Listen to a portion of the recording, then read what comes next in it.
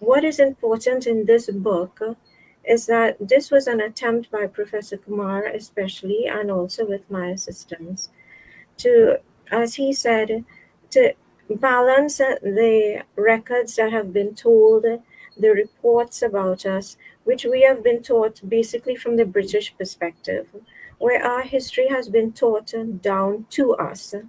And surprisingly, when we as an Indian community here are exposed to our history as Indian descendants, we are quite surprised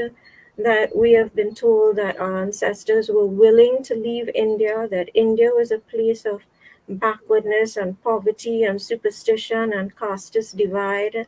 that we were basically very much like the cowboys in the US, a bunch of bravados who were eager to leave the old world and flee into the new. We were seeking material success, and that we had no affiliation for our homeland afterwards. And when we, as family members, and when I say this, I don't mean me specifically, I mean Indian families here, when we are exposed to this, we are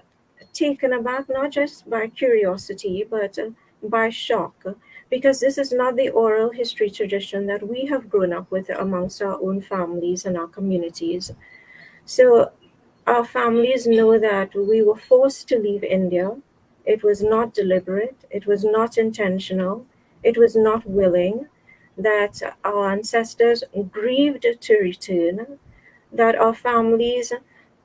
retained our culture as much as possible, which contradicts the idea that we wanted to leave India and adopt a new way of living. Because if that was the case, then we would have converted en masse